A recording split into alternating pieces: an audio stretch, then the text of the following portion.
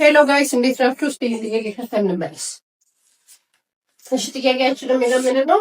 Find the solution set for the equation 2 raised x squared is equal to 2 over 8 raised to x plus 1 ነው የሚለን። የሎ ኦፍ ኢንደክስ ማወቅ አለብን፣ የኤክስፖነንት ሩሎችን ማወቅ አለብን ይሄን ጥያቄ ለመስራት።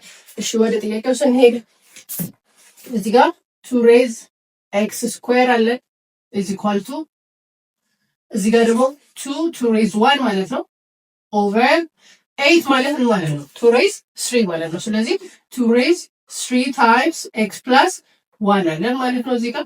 ይሄንን ደግሞ በሎ ኦፍ ኢንደክስስ ማለት መሰረት ምን ማለት ነው a raised to m over a raised to n ከሆነ ምንድነው አድርገን የምንጽፈው a raised m minus n አድርገን መጻፍ እንችላለን ማለት ነው። ስለዚህ በዚህ መሰረት እዚህ ጋር ምን እናገኛለን? 2 raised x square is equal to 2 raised 1 minus ይሄንን ደግሞ ዲስትሪቢዩሽን እናደርገው ምን እናገኛለን? 3x plus 3 እናገኛለን ማለት ነው። ስለዚህ ምን ይሆናል? 2 raised x square is equal to 2 raised 1 minus 3x minus 3 እናገኛለን ማለት ነው። then ይሄ ምን ይሆናል? 2 raised x square is equal to 2 raised 1 minus 3 minus 2 ይሆናል minus 3x minus 2 በሌላኛው ሎ ኦፍ ኢንደክስ መሰረት ምን እንጠራለን?